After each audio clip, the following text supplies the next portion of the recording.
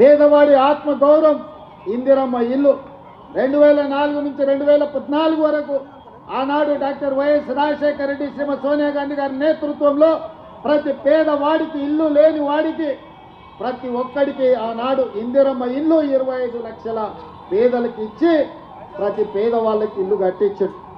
కానీ తెలంగాణ రాష్ట్రం ఏర్పడిన తర్వాత చంద్రశేఖరరావు గారు ఈ పేదలకు అన్యాయం చేసి డబల్ బెడ్రూమ్ ఇల్లు అని ఊరించి ఏ పేదవాడికి ఏ గ్రామంలో కూడా ఇల్లు ఇవ్వకపోవడంతో ఈనాడు మన ప్రభుత్వం వైపు ఎదురు చూస్తుంటే ఇందిరమ్మ ఇల్లు 4.5 లక్షలు మొదటి సంవత్సరంలో ప్రతి పేదవాడికి 5 లక్షల రూపాయలు ఉచితంగా ఇల్లు కట్టుకోవడానికి ఇవాళ మన ప్రభుత్వం కార్యక్రమాలను తీసుకొని ముందుకు వెళ్తుంది.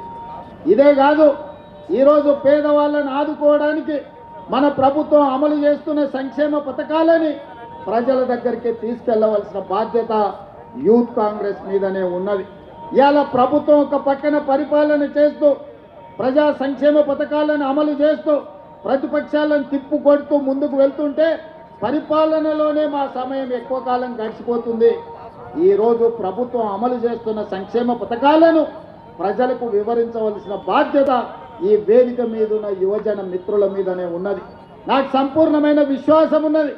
ఈరోజు ప్రభుత్వం అమలు చేస్తున్న రైతు రుణమాఫీ కావచ్చు, ఇందిరమ్మ ఇల్లు కావచ్చు, ఇందిరమ్మ ఆత్మీయ భరోసా కావచ్చు, ఆడబిడ్డలకు ఉచిత బస్సు ప్రయాణం కావచ్చు, రాజీవ్ ఆరోగ్యశ్రీలో 10 లక్షల రూపాయలు ఉచితంగా పేదవాళ్ళకు అందించే సంక్షేమ కార్యక్రమం కావచ్చు.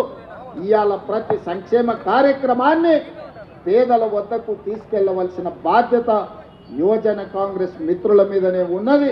ఈరోజు ఇక్కడికి వచ్చిన వేలాది మంది రేపు భవిష్యత్తులో తండాలలో గూడాలలో వెళ్ళాలి. రేపటి జరగబోయే స్థానిక సంస్థల ఎన్నికల్లో కష్టపడ్డ ప్రతి యువజన కాంగ్రెస్ మిత్రుడికి టికెట్లు ఇప్పించే విధంగా కాంగ్రెస్ పార్టీ అధ్యక్షుడితో నేను మాట్లాడతాను.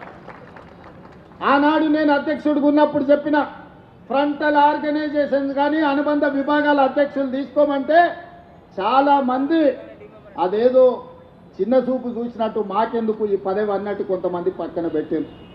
నేను చెప్పిన ఈరోజు అనుబంధ విభాగాలు ఫ్రంటల్ ఆర్గనైజేషన్లు బాధ్యత తీసుకున్న వాళ్ళకి ప్రభుత్వంలో ప్రథమ స్థానం ఉంటుంది అని. అందుకే ప్రభుత్వం వచ్చిన వెంబడే ప్రతి అనుబంధ విభాగానికి వేదిక మీద ప్రీతంతో సహా చాలా మంది ఉన్నారు. 37 మంది అనుబంధ విభాగాల అధ్యక్షులకు కార్పొరేషన్ చైర్మన్లు ఇచ్చి కేబినెట్ హోదా ఇచ్చి పార్టీ కోసం పనిచేస్తే పార్టీ జెండా మోస్తే ప్రభుత్వంలో గుర్తింపు ఉంటుందని 37 కార్పొరేషన్ చైర్మన్ల పదవులు అనుబంధ విభాగాలకు ఇవ్వడం జరిగింది. అనుబంధ విభాగాలంటే ఒక చిన్న చూపని గతంలో అనుకున్నారు. ఇవాళ అనుబంధ విభాగం అది ఎస్సీ డిపార్ట్మెంట్ కావచ్చు, ఎస్టీ డిపార్ట్మెంట్ కావచ్చు, మహిళా డిపార్ట్మెంట్ కావచ్చు, లేకపోతే చిన్న చిన్న డిపార్ట్మెంట్స్ ఏది ఉన్నా సరే ఏదో ఒక డిపార్ట్మెంట్కు నాకు పదవి ఇవ్వమని పెద్ద పెద్ద నాయకులు ఈరోజు వస్తున్నారు.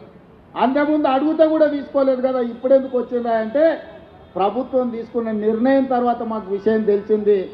అనుబంధ విభాగాలకు అధ్యక్షులుగా ఉంటే కార్పొరేషన్ చైర్మన్లు అవ్వడానికి అవకాశం ఉంటుంది, ఎన్నికల్లో టిక్కెట్లు రావడానికి అవకాశం ఉంటుందని ఇప్పుడు అర్థమైంది. అందుకే మేము బాధ్యత తీసుకుంటామని ముందుకు వస్తున్నారు.